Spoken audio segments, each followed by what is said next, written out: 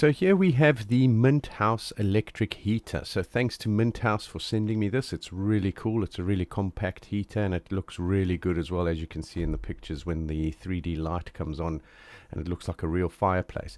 It's a really nice heater. It's got two modes. There's a warm setting and a hotter setting, and as you can see on the top there's a little LCD display, and over there you've got the buttons that you can change it. So you've got a standby mode, which is 0, L1 would be level 1, L2 is level 2, and F0 is turned off. Now you can have the heat on without the lights, you can have the heat on with the lights, or you can just have the lights on with no heat.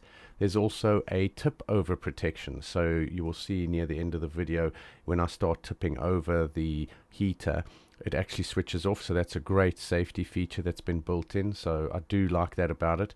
It's really compact, which is really nice as well, so you can carry it around, you can move it. And over here you can see I'm doing some temperature checks. So what I've done is I've got a food thermometer to see what the temperature is, and you can see it's blowing out towards that needle which measures the temperature, and you can see the temperature increasing as the heater stays on. Now the heat is very quiet, which is also very nice, and it also heats up really quickly, and the room that it's in is about 5 meters by 5 meters, which is pretty big.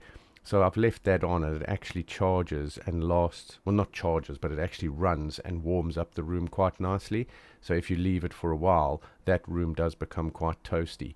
So it's really nice. I do like it. It's been working great. It's a great addition now for Christmas and during the colder months. And it arrived just in time. So I just want to say thanks to Mint House. If you guys are looking for one, make sure you check them out. The links are in the description. They've got some really cool products. And I want to say thanks again for sending me this, and I'll see you guys in my next review. Cheers!